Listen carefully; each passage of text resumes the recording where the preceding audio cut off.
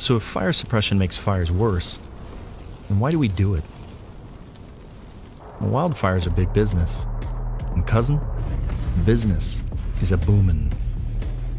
When you hear that the California wildfires cost billions of dollars, it's not like they just burned a stack of money. That money went somewhere. Every helicopter in the sky costs a lot of money. In fact, it's around 10 grand an hour. And the air tankers are even more.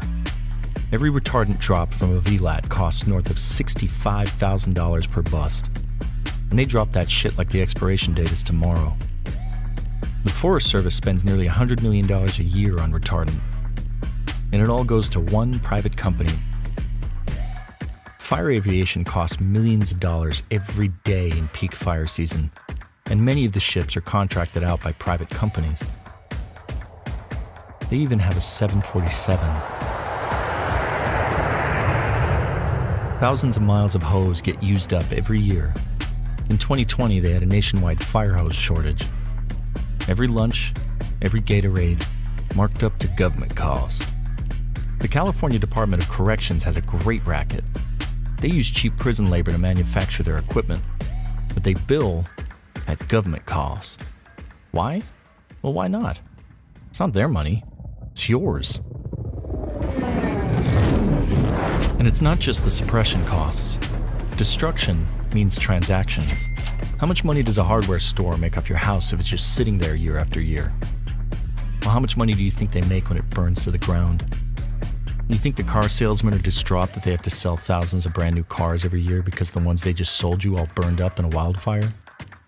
Every burned out car means a new one is sold. Every leveled house means a new one is built. Contractors, labor, permits, building supplies, furniture, wiring, utilities. Every power pole has to be replaced by men working overtime with hazard pay. The wildfire industrial complex is a $12 billion a year industry in California alone. That's bigger than porn. And in a way, it is porn.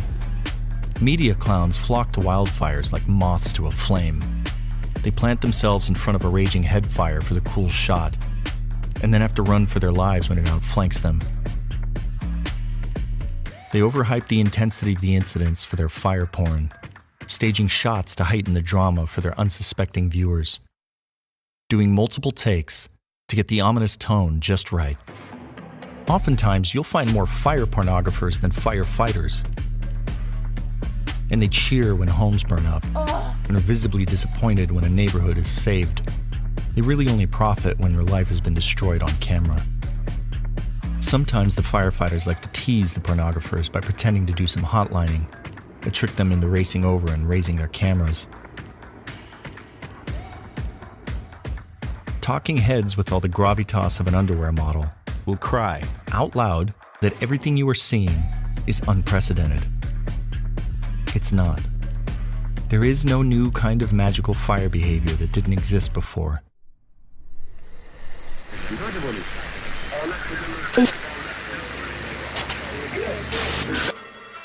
We'll do it live. Okay. No. We'll do it live! Do it live! I'll write it and we'll do it live! Thing sucks!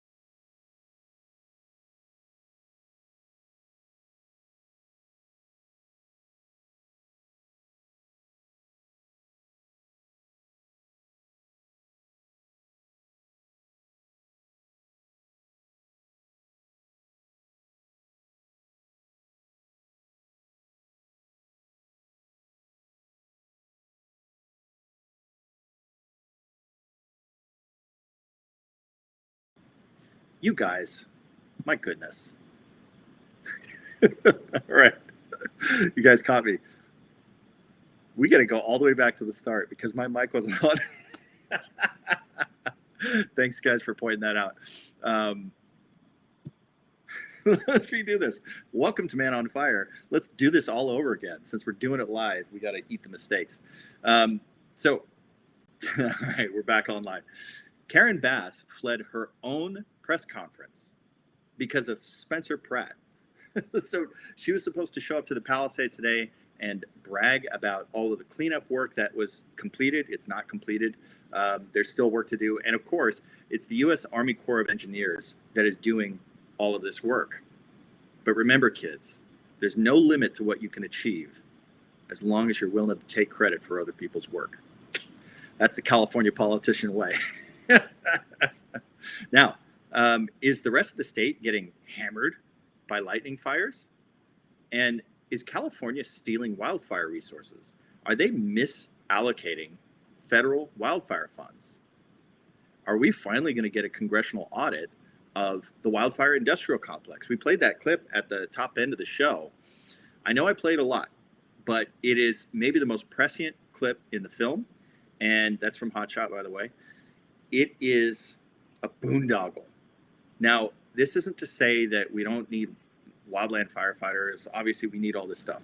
But there is so much money in this industry. And unfortunately, it creates a lot of perverse incentives where we're not incentivized to actually make this problem go away. You see this with the homeless industrial complex, where you have too many people making too much money off of the problem. That guarantees that problem will never go away, right? If keeping that roof over your head and keeping your yacht is dependent upon that problem existing, that problem's not going anywhere. But we may finally get a congressional audit of if California is actually spending this money on wildfires. Now, we're going to check out some of the wildfires that we have going on in the state. This is the Garnet Fire. This is in the Sierras. This is Western Sierras. And, this thing's kind of been chunking away for a few days. It sort of looked impressive on the initial attack, but it's moderated quite a bit. I don't really see much coming out of this thing, honestly. Now, like I said, we got hit by a ton of lightning. I think there were something on the order of like 8,500 down strikes. That's very significant. It's pretty close to 2020, but the conditions aren't the same as they were in 2020, right? We don't have those nasty, super hot outflow wind events that we had back in 2020. That's what really created the catastrophe. Now, like I keep saying, when it comes to lightning fires, what you tend to get are what's called holdover ignitions, where you've got this Keebler Elf oven inside that tree that got struck by lightning, where it's just going to be churning and burning very quietly. Oftentimes, when it's smoldering inside that tree, it's not even putting up any smoke. And so it's not until a hot, dry wind event pushes through to exploit that it's going to flare up and it's going to turn into a fire. We've had some decent precipitation with some of these downstrikes, so it's moderated some of this initial activity.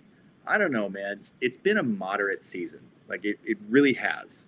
So I don't know that these are necessarily going to explode, but it's too early to say that. We're going to continue discovering these fires. These holdover ignitions are going to start revealing themselves more and more over the next few days. And they're either going to be really bad, or they're going to be kind of moderate, or they're going to be nothing. So far, they're handling a lot of them. And it's, not so bad. Not so bad. Now, on to, I feel like we're dealing with this stuff every single day. Every single day. But here's the thing, man. We keep talking about Palisades Fire. We keep talking about Spencer Pratt because, number one, the Palisades Fire is suspect as hell. This fire did not go down the way that it should have, okay? And this is the main difference between Palisades and Eden. Eden was a tremendous tragedy, but if you're wondering why we don't talk about it that much, it's because it was basically, not to diminish anything, it's a relatively straightforward fire, right? You had legitimate 70-mile-per-hour wind gusts coming down into the canyon. You had, high tension power lines arced, and that's what created the fire in the first place. It's a very normal, routine, common cause of wind-driven wildfires. And, it just sort of ripped through the neighborhood. They ran out of water, but it wasn't because reservoirs were empty. It's just that's what happens with some of these conflagrations when all the plumbing goes.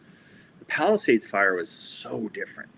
And, we've shown you video throughout the neighborhood where it's like the fire is just spotting in these little patches of ornamental vegetation. And if people had been there, if water had been available, people could have saved a lot of homes. Beyond that, you had 2 empty reservoirs. You had Karen Bass cutting the LAFD budget by $17 million, even though her fire chief warned her that it was going to make them more vulnerable to wildfires. You have so much weird tomfoolery going on. And you're also going to learn, probably in the next couple of weeks, about whether or not aircraft were grounded due to winds or something else. So there's a lot of shady stuff going on. And the reason why we keep talking about Spencer is because he seems to be the only person doing journalism on this. Like, honestly, he seems to be the only one interested in really asking the tough questions. And so when he found out that Karen Bass was going to be doing this braggadocious press conference to talk about the clearance of the debris, which isn't done, but they got, to a good stopping point. There's still, the trailer park home where my cousin's place burned down. That's still a mess. It's okay. So it hasn't, the cleanup's not complete. And keep in mind, there's still tons of hazardous materials everywhere. This is going to be an ongoing problem. We're going to discover new cancers that they're going to have to name after the Pacific Palisades. Okay. So it's by no means done. The other thing is Karen Bass had basically nothing to do with this. This was primarily the U.S. Army Corps of Engineers. As the name would imply, this is a division of the United States Army. This is a federal resource who is leading the cleanup. And by all measures, they did an outstanding job. So they deserve credit for it. And of course, there are some state and local partners who are assisting with this, but it's taken a long time. And they wanted to brag about it. And so since Spencer seems to be the only person willing to do some actual journalisming and ask tough questions of these political leaders who are responsible for this fire, he decided he was going to show up. What a waste of 4 hours of driving to come see Karen Bass and Gavin Newsom, who didn't show up to the final day of the Army Corps debris clearance. Karen Bass was on the little speaker flyer, didn't show up. I just wanted to ask her if she supported the congressional investigation into the Pacific Palisades fire. I don't know why she wouldn't want to answer that. You would think, of course, she's got nothing to hide. So now Spencer drove all the way. He drove all the way from where he's, been temporarily living. I won't say where. I'll leave that to him if he wants to say where. But he had to drive hours to get back to the Palisades to go, and he just wanted to ask some questions of the mayor. Seems simple enough. And then she decided she wasn't going to show up because, I'd made some posts alluding to the fact that he may show up to this. And, a few other people were begging Spencer to show up and harass them. Now, I don't think this is harassment, just holding people accountable and asking the questions that they're not addressing, right? Especially, 8 months later? And so clearly, Karen Bass's team got a whiff of this and they canceled, and she took off and never showed up. Now, a funny thing happened. The LA Times, which is also basically just Karen Bass's press team, they told Spencer that she was never going to show up. Look at this. He even posted about this. Bass's PR team, the LA Times, told me it was a mistake and she was never going. So the LA Times is insisting that Karen Bass was never scheduled to show up at this event, and it was fake news. Well, we have receipts. This is from a physical copy of the pamphlet being handed out at the event. What names do you notice here? This is the sequence of speakers. Karen Bass was supposed to be right there in the middle. Right there in the middle. This is in ink. She was supposed to be there. She bailed. She bailed because they caught wind that Spencer was going to be there, and of course, they don't want to confront that. This is unbelievable. I've never seen, maybe you guys can tell me, have you ever seen anything like this, where you see political leaders trying so hard to dodge responsibility for this? and also trying so hard to make it look like they're doing a good job and that everything was ops normal. Daniel Firecopter, he made a good point, basically echoing what we were talking about earlier. Eden Fire was started by power lines. It's a typical common fire. The Palisades Fire started an uncontained fire from a week before. Now, even though that has happened before, right? We remember the Oakland Hills tragedy. That was a rekindle.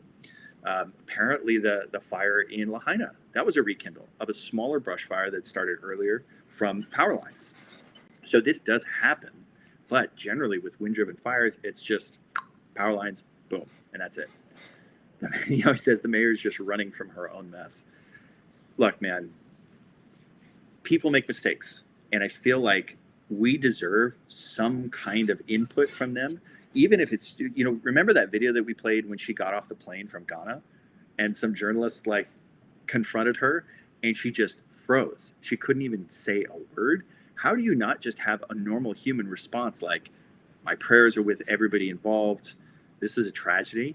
I don't want to politicize this. I'm going straight to the command center. We're going to figure out what's going on and we're going to make it right. You could just do that, right? There's no culpability there. There's, I don't see any harm in doing that, but they can't even do that. And then they can't even show up because they're afraid of dealing with the victims. I feel like this is beyond, it's not just cowardice. It's just odd. Why are they doing this? I don't get it.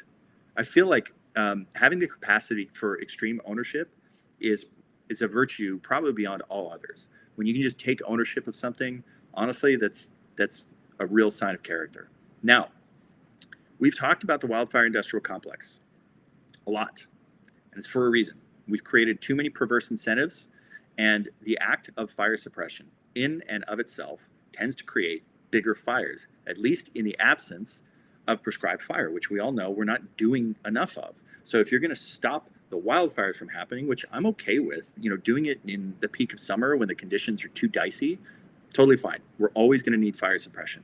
However, you have to follow it up with prescribed fire. It's sort of like surgery, right? It's a very dramatic intervention. And, we're never going to say, oh, we should never have surgery. Of course, ideally, we just want to take care of ourselves so that way we're healthy. And, the forest operates in a similar way. We want to take care of it so that way it never gets sick enough that it needs surgery, like fire suppression, dozers, FOS check, and this whole operation that costs hundreds of millions of dollars. But we live in the real world. Sometimes bad stuff's going to happen. We have to do it. But just like with a surgery, you don't just sew them up and say, okay, we're done. Dude, you got to give them medicine. You have to give them antibiotics. You have to do follow-ups. There's going to be physical therapy. You never just do that surgery or that fire attack and then just leave it. You have to follow up with medicine, right? Otherwise, everything on the outside of that burn perimeter is just as ready to go. And we see this with, whatever the Woolsey fire left behind, the Franklin fire took, whatever the Franklin fire left behind, the Palisades fire now took. There's still a slice above the Palisades in Topanga that's a puzzle piece that's waiting to be filled, okay? And it's just as primed as the Palisades was earlier this year. So you have to follow it up. Now, California gets a lot of money. They get a ton of money from the feds. The big thing that I've always complained about is California as a state, they do not do enough to take care of this problem. And the thing that separates wildfires from other natural disasters is, while yes, it is a naturally occurring thing, and we always are going to be victims of it to a certain extent, we do have so much agency over it. And we could stop all of the destruction, if not, 95% of the destruction. So it's in our hands. It is preventable. That's what separates it from a hurricane. The only way you can prevent hurricane damage is you just never build anywhere where there's going to be hurricanes, right? And that's never going to happen. We have to live in the real world and we have to adapt. My problem with California failing to do this work, right, is people will always say, oh, you would never deny FEMA bailout money to Florida when there's a hurricane. Well, yeah, they can't stop a hurricane, But you can stop a wildfire. You can prevent wildfires. You can certainly mitigate the damage. And when you see a state like California that's just so bad at doing it, they're so derelict at the prevention work, you have to start wondering, why do we have taxpayers in Maine and Vermont, South Dakota, and all these places where nothing really ever happens? They don't have to get bailed out by FEMA. why are they on the hook for buying a new Mercedes for someone in Malibu, because they didn't do their brush clearance? It's a fair question. Honestly, it really is a fair question because we have to take more personal accountability. Well, Rick Scott, senator from Florida, is actually asking this question on a national level. Now, we talked about how I don't understand why California senators are not interested in trying to remedy some of these problems. Why does it take a Florida senator to ask these questions of like, hey man, what happened with the Palisades fire? Why did it go so wrong? So he had already written a letter to Pam Bondi. Well, now it's DHS. Now he's writing to the Department of Homeland Security and the Honorable Kristi Noem. I love how it's like compulsory that they have to put honorable before anybody. I gotta get in one of these positions. You know what? When you guys chat into me, I want you to refer to me as the Honorable Man on Fire from now on, please. Let's go through some of the highlights of this letter. This is from Rick Scott, senator from Florida, and he's talking about how FEMA will disperse aid in disaster-stricken areas. And he says, while relief is often quickly dispatched to states and affected areas as needed, states and local governments often vary in how they manage these resources. For instance, after visiting the Palisades recently with Mr. Spencer Pratt, a wildfire victim who lost his family's home and has been displaced, I witnessed the destruction that the January 2025 wildfires left in their path.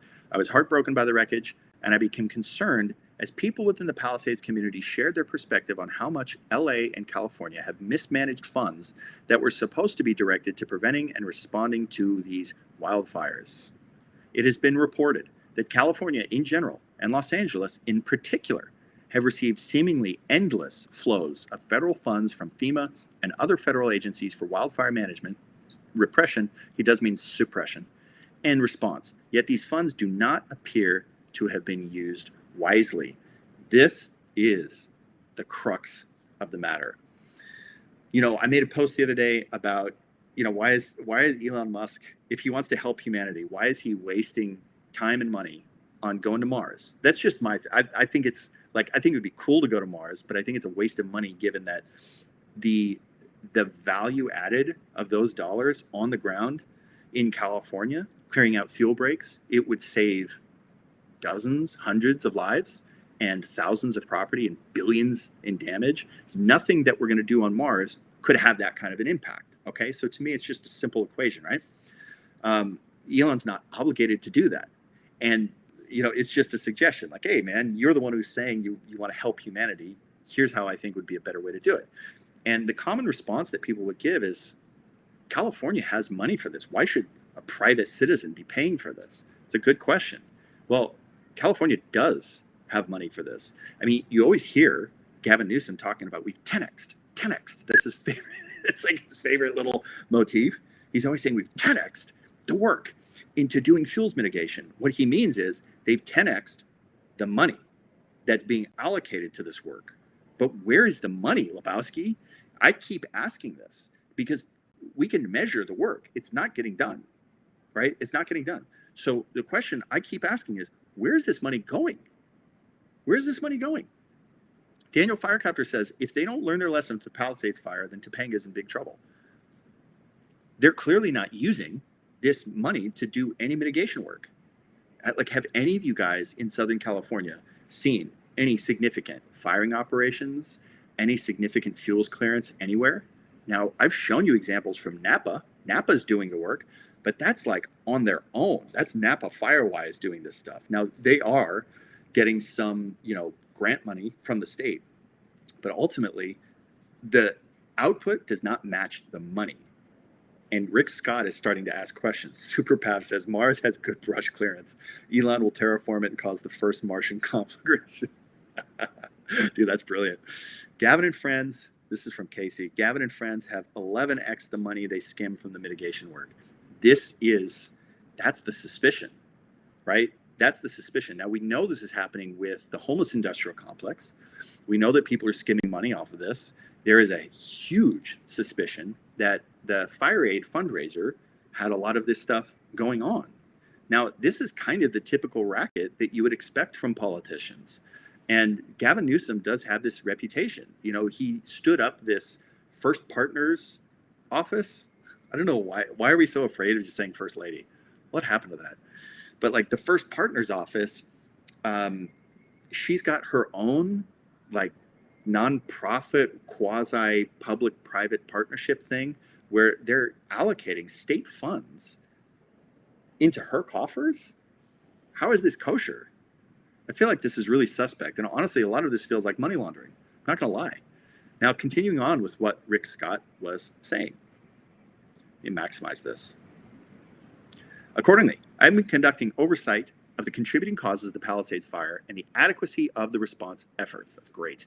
To advance the oversight, although I acknowledge your incredibly effective response to the Palisades Fire, I write to request an update on the funding that has been allocated to California in the past 10 years, starting on September 1st, 2015. In particular, how much money has DHS given to California for wildfire response, prevention, and recovery? Are you aware of other sources of disaster relief funding California has received, including from the United States Department of Agriculture, the Department of the Interior, and other relevant federal agencies or private entities? Additionally, how much money did California receive in response to the Palisades wildfires? These are very, very interesting questions. Now, here's the thing. I don't want you guys to think that this is just about trying to nail somebody on money laundering, okay? I hope that's a big part of this, because we would obviously love to get to the bottom of whether or not we know we're wasting taxpayer funds in California. The question is, is this just this sort of diffuse thing where it's going to these nebulous agencies and there's just so many and there's so little oversight that this is kind of the run-of-the-mill government waste that we all hate? Or is there a more concerted effort to actually skim this money? That's not what this letter is entirely about, okay? Part of this, especially, look at that time frame he's asking for. He's a very specific date range, the last 10 years. What he's trying to do is audit so they can try to determine the efficacy of these dollars, right? In business, they call these good dollars or bad dollars. So he's trying to take a holistic examination of, the Forest Service. That's, the U.S. Department of Agriculture is overhead to the Forest Service. Trying to understand, are these good dollars? And is there a better way for us to be doing this? Now, you guys may remember, President Trump is standing up a new wildfire agency next year. And in fact, in the next 2 weeks, we should learn a lot more about leadership and what the organizational structure of that's going to be. So effectively, firefighting is going to be removed from the Forest Service. The goal is they're going to try to find some kind of unifying agency where we can consolidate all of these, the state agencies, the local agencies, everybody's on the same page, same kind of communication, same mission, same tactics. Now, this is going to be very challenging, okay?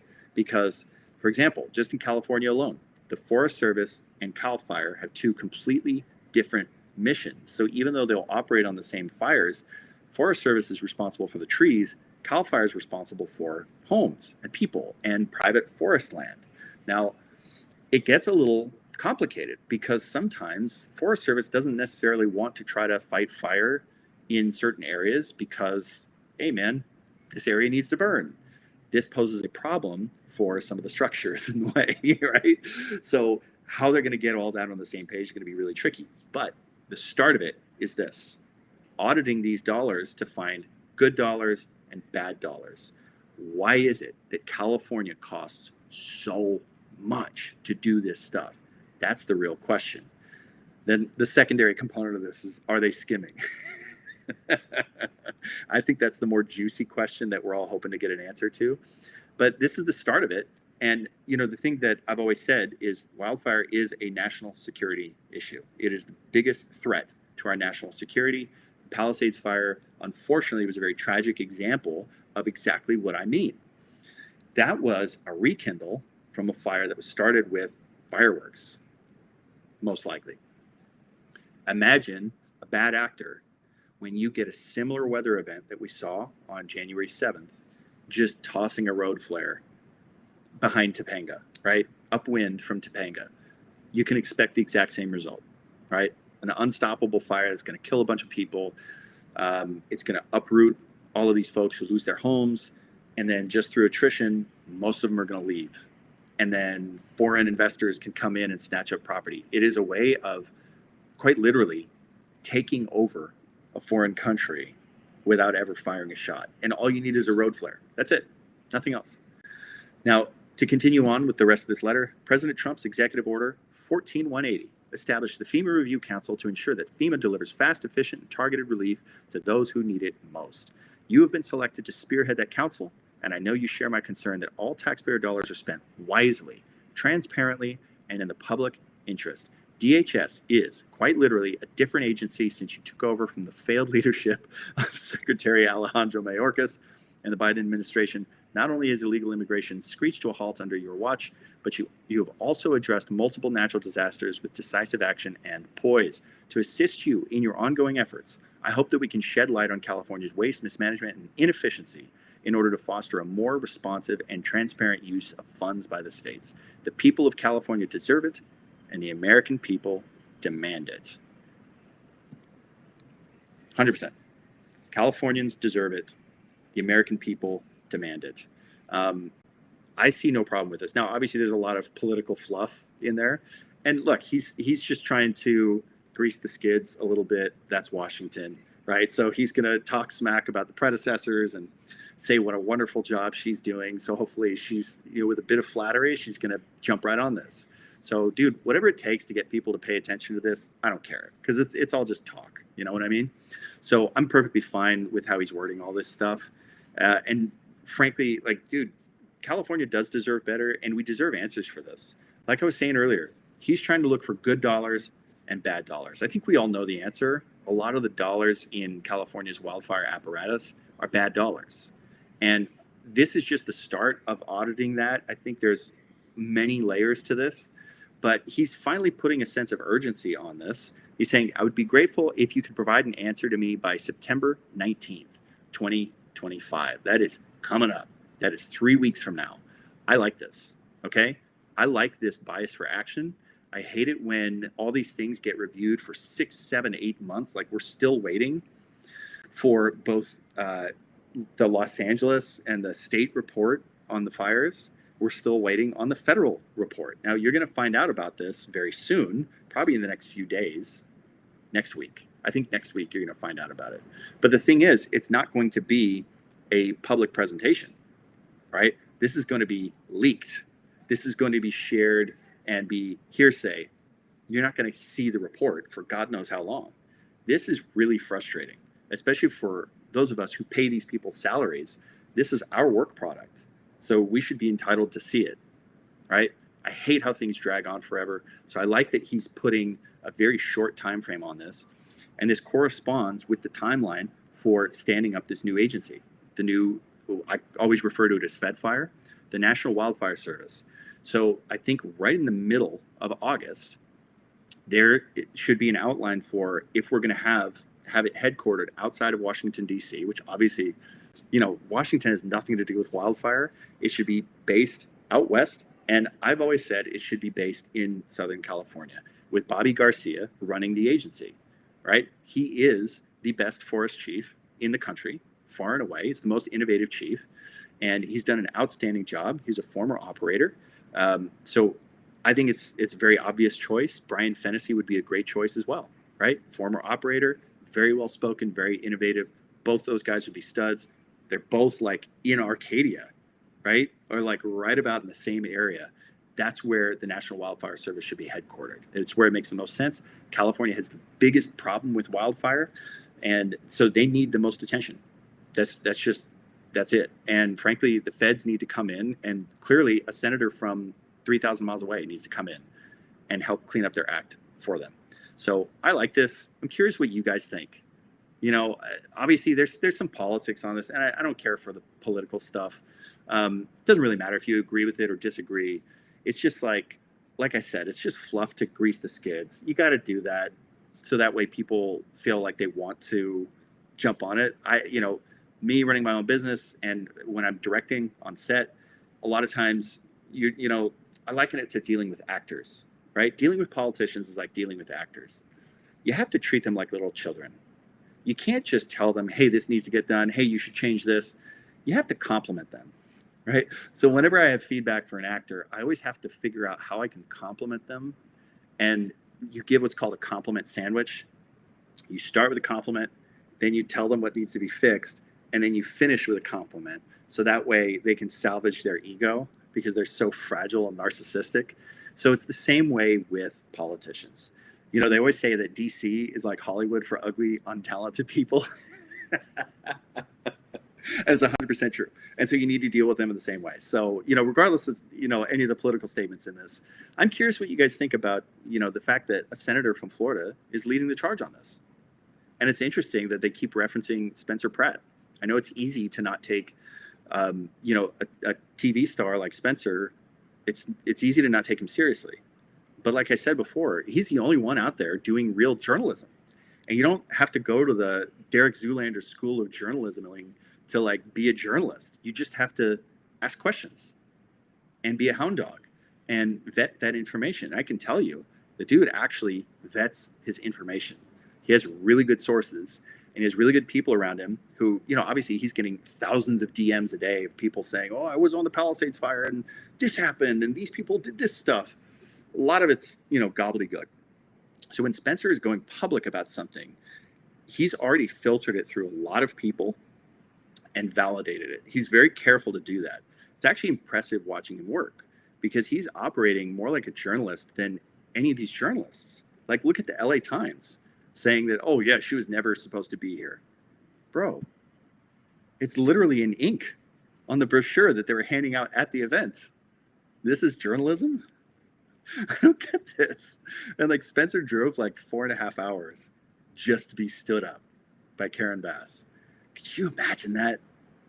Could you imagine driving 4.5 hours to get stood up by Karen Bass? What's the worst you've ever been stood up in your life? I guarantee you it's not worse than what Spencer Pratt just went through. Had to leave his beautiful family to go and ask a question of Karen Bass, and then she stood him up. Unacceptable. All right, guys. You know, the light episode today. I got to pack. The wife and I are leaving very early in the morning. Go back to the great state of Tennessee. But we've got some really interesting stuff coming up in the next week or so. And I don't want to overstate it, but I don't think I can overstate it. The next few weeks are going to be very interesting. So hopefully we'll be providing you some very interesting live streams from interesting locations over the next few weeks. Appreciate you guys joining me. I'm going to go through the chats. You guys you're not referring to me as the honorable man on fire. So I'm going to just have to close the chat and we'll call it a night. Remember, guys, in this dystopian world of AI, the only way to prove that you're a human is to do it live.